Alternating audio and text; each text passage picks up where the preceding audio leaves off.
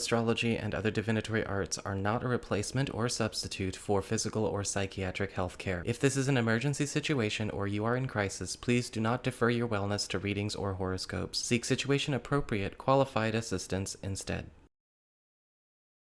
Hi there, Taurus, Sun, Moon, and Rising. It's time to have a look and see what is going on when it comes to your monthly astrological forecast for December 2022. And just a quick reminder, if you ever want to get a session with me, you can go on ahead to my website. It's integrativemysticism.com, or you can follow the links in the down bar below. And of course, don't forget to like, share, and subscribe. Leave a comment even. You know I appreciate it. And of course, all content you engage with grows. So what is going on when it comes to your month of December? Well, we've got some leftover energy at the beginning, well, all month long actually, with Mars retrograde in Gemini. This is something we're all going to be experiencing up through mid-January 2023. So Mars is retrograde in your second house of earned income, employment, your values, and your valuables. Mars retrograde always puts whatever area of the chart it's in under construction. A lot of demolition, a lot of renovation, a lot of overturning, diminished activity, dismantling, and even taking pieces off the board.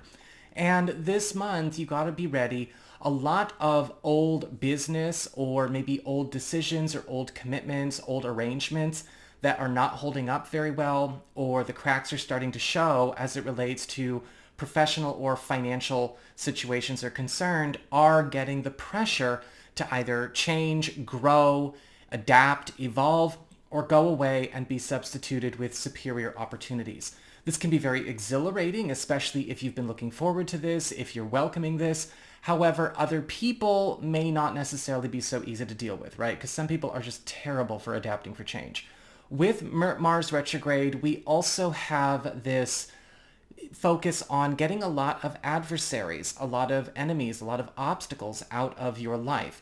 However, that can also be very disruptive because sometimes when it comes to, say, really tightly interwoven situations, such as the work front, your job, your business, your finances, other matters need to shuffle around with it. And so be prepared to navigate this with grace, but Mars retrograde is always in our service, frustrating sometimes though it may be. Week 1, we've got a beautiful triple blessing left over from November as well. The Sun, Venus, and Mercury all in Sagittarius, your 8th house of shared resources, passive income, as well as intimacy, any kind of self-employment earnings you may have, and to a certain degree, partner contributions to your income. With the Sun here, we are seeing a big focus on increasing the yield or the profits from all income streams that you have that do not come directly from your salary or hourly income. Attention enhancement, support, and growth from the Sun indicates here you may be noticing things like sales, commissions, incentive programs, and tips are on the rise. Business partners, as well as even romantic partners, are also going to be going through a beautiful economic burgeoning experience, whether this is maybe new job opportunities or new wealth coming to you through them to share with them. All in all, any kind of joint financial venture or self-employment venture or supplemental income venture is going to be growing strong. Mercury here is going to be speeding up developments where money is coming to you through these income avenues. So you're going to be finding that the rate with which you're accumulating all of this good stuff is all the faster than maybe you've been used to. And it's also opening up lines of communication with people that are able to hook you up with more. And we've got Venus here focusing on more of the intimate side of the 8th house. Venus, the planet of love, favor, popularity, and affection, taking everybody's love lives into a much more uninhibited, experimental, relaxed, but also courageous and vulnerable place. You're going to be noticing that partners and yourself are going to be letting your walls down, letting your hair down, giving yourself a chance to maybe satisfy some fantasies or desires that have gone unmet, really do the work of tearing down a lot of boundaries or barriers in love, and also get a chance to be our most vulnerable and yet at the same time most satisfied in love and in all matters of intimacy. For those of you who are single or available to new people, this is going to be attracting people for that experience for you to enjoy that experience with if you want it. In week 2, we've got Mercury and Venus moving on from this part of your chart into Capricorn, your 9th house of higher education, government legal proceedings, travel, as well as culture, your reach, popularity, and your spiritual path and practice. Venus is still working within this focus of broadening the horizons of your love life. And you may be finding that with Venus in the 9th house, there's a touch of the exotic that is coming into everything. Partnerships are becoming a lot more adventurous and outgoing. You may be finding that partners are going through their own little mini awakenings here and there, whether it's social, personal, spiritual, it doesn't matter, but new lights are turning on and some very powerful, very potent personality shifts are happening. And you may also find that this is giving you guys a chance to get out of a bubble, get out of a box, get out of a rut. If you've been looking to maybe do some pleasure trips, move, travel, get out and see the world, this is a time for it, or at least a time to get those plans set in stone. For those of you who are single or available to new people, types that are very compatible with you that you may not have had the chance to explore or commit to are going to be magnetized to you during this transit. And remember, we all have more than one type. It's just some people kind of stop at one. We all have 3, sometimes 5 types of people we're compatible with baked into our chart.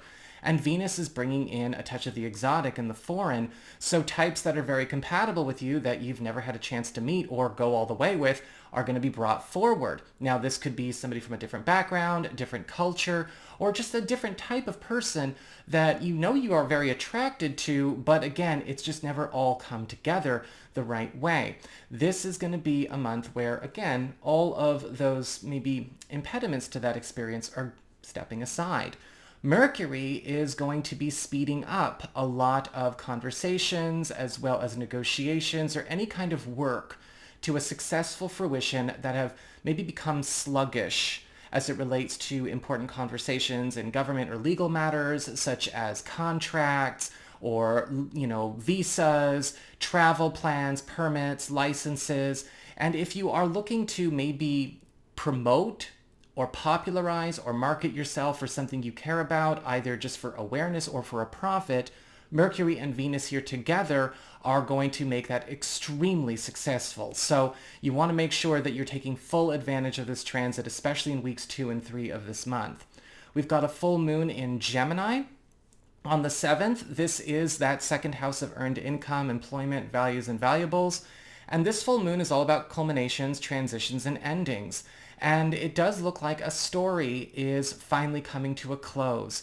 And for a lot of you in the 2 weeks following the 7th, some of you may be wrapping up business with maybe some kind of financial or professional normal that you have outgrown. Some of you may find that you are accepting a new job or getting headhunted or maybe finding a way to initiate some kind of transfer or take on a new financial avenue that allows you to leave an arrangement or a commitment that you have maintained up until this point.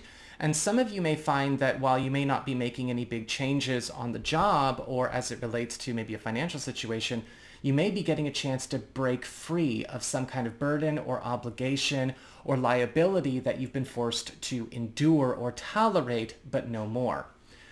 Week 3, we've got Jupiter entering Aries, your 12th house of your past, privacy, and hidden zone. And this is going to be with you from the 20th of the month all the way up through May of 2023.